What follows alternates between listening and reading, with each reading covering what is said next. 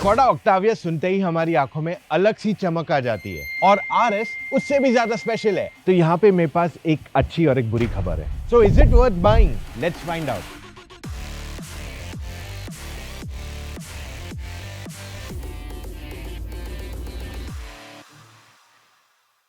इसकी front styling काफी subtle है। ऑक्टी में अब आ जाते हैं न्यू स्टाइल के एलईडी हेडलैम्प, ज्यादा शार्पर फ्रंट ग्रिल एंड इसका साइड प्रोफाइल इंडिया में लास्ट बिकने वाली ऑक्टाविया जैसा ही है, क्योंकि ये उस मॉडल का टेक्निकली एक फेसलिफ्ट है। 19 इंच के अलॉय व्हील्स, ये जो एक्स्ट्रा प्लास्टिक यहाँ पे that is to increase the fuel efficiency. अगर पसंद नहीं आता है you can actually take it off too. Generally Octavia का ग्राउंड क्लियरेंस काफी अच्छा रहता है, बट आरएस में it is reduced further. So अगर बहुत ही खराब रोड्स पे चला रहे हो you could have a problem. Octavia के ये जनरेशन में स्कोडा ने सनरूफ को इंजीनियर किया ही नहीं था। Rear styling is not very flashy. इसमें है इंटीग्रेटेड स्पॉइलर और ड्यूल एग्जॉस्ट भी। सुनना नहीं चाहोगे हाउ डज दिस साउंड? इसका टेलगेट इलेक्ट्रिकली तो ओपन होता ही है, बट साथ में देख रहे हो it goes up completely like a hatchback. Overall storage space बहुत ही जबरदस्त है एंड यहाँ पे काफी बड़ा सामान भी इजीली बैठ जाएगा। ऑक्टी वीआरएस में ऑल ब्लैक इंटीरियर्स आते हैं और कहीं कहीं पे रेड स्टिचिंग भी you will notice it. Steering wheel typical Skoda style है with the Skoda badging. Left side पे ऑडियो कंट्रोल्स है, राइट साइड पे you get controls for the digital cluster, और यहाँ पे देखोगे तो क्रूज कंट्रोल के कंट्रोल्स दिए हुए हैं। डिजिटल इंस्ट्रूमेंट क्लस्टर है और ये कस्टमाइजेबल है, बट ये दो एलिमेंट्स आर फिक्स्ड। इसकी touch screen system is quite easy to operate and थोड़ा कॉम्प्लेक्स है इसका UI, but will take you 1 or 2 days to get used to it। इसमें 360 डिग्री कैमरा भी दिया गया है and the clarity is very nice when you look at it.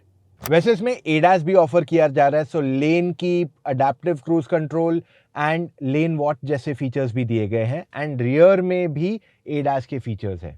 Front seats अगर देखोगे तो ये बकेट टाइप दिए गए हैं, फिक्स्ड हेडरेस्ट के साथ आते हैं and this has 2 sets of materials. तो यहाँ पे लेदर है और यहाँ पे स्वेड दिया गया है और इसमें थाई सपोर्ट भी इंक्रीज किया जा सकता है। इसमें कैंटन के स्पीकर्स भी दिए गए हैं। रियर सीट में ओवरऑल जगह अच्छी खासी है, 2 लोग बैठ के जा सकते हैं बिना किसी प्रॉब्लम के। हेडरूम डिसेंट इनफ है, not a lot for tall passengers. Knee room is also okayish, no problem there, but thigh support definitely better हो सकता है। थर्ड पर्सन के बीच में बैठने में अनकंफर्टेबल रहेगा क्योंकि यहाँ पे floor is quite high and 2 type C charging ports भी है, एसी वेंट्स भी है। And now it's time to drive the Octavia RS and here we are right out on the track and sport mode पे already डाल रहा है। Look at the acceleration, good enough.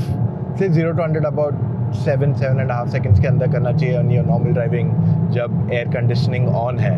अब एक चीज़ मैं यहाँ हाईलाइट करना चाहूँगा which I did last time also, कि इसका जो स्टीयरिंग फील है in comfort is a bit okay, but जब मैंने इसे स्पोर्ट पे डाला it just feels a lot more better in terms of liveliness. अभी भी स्टीयरिंग काफ़ी लाइट है, but I still feel comfort से बेटर स्पोर्ट मोड का स्टीयरिंग फील है, specifically if you are going to push the car. So वहाँ पे of course there is a bit of change in the acceleration, थोड़ा quicker feel होता है ये, but it's not like out of the box difference in terms of performance अगर हम sport and comfort दोनों को ट्राई करें। So generally for regular driving comfort should be more than sufficient. Just to get that steering feel I will say push into the sport mode. अब we are doing more than 200 and it's quite, I mean it's just quite relaxed.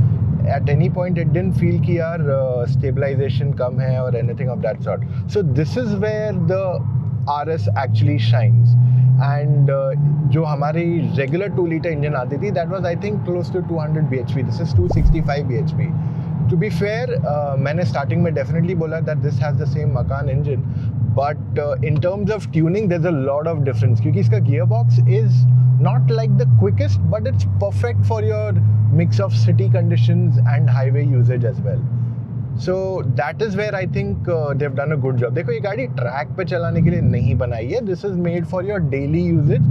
At the most कभी push करना है, छोटा मोटा you know fun drive पे जाना, then it's perfect. Otherwise, other than that, it's not a tracker, it's more like performance more over it.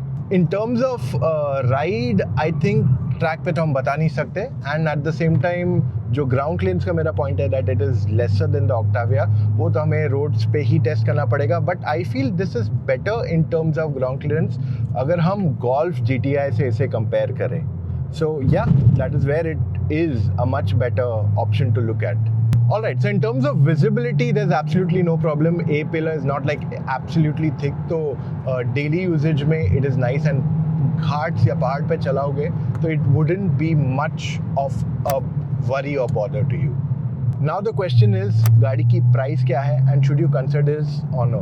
All right, तो यहाँ पे मेरे पास एक अच्छी और एक बुरी खबर है. पहला तो इसकी प्राइसिंग इस समय about 60 to 63 lakhs on road, which is fantastic, क्योंकि ये प्राइस पॉइंट में जो टेक्नोलॉजी, फीचर्स, स्पेस देती है, it's a well rounded package. However the down side here is ये गाड़ी सोल्ड आउट है for this year. So unfortunately you will not have an option to pick up an Octavia RS अगर ये साल में bye करनी है. However, there are multiple more options if you're looking to spend extra money.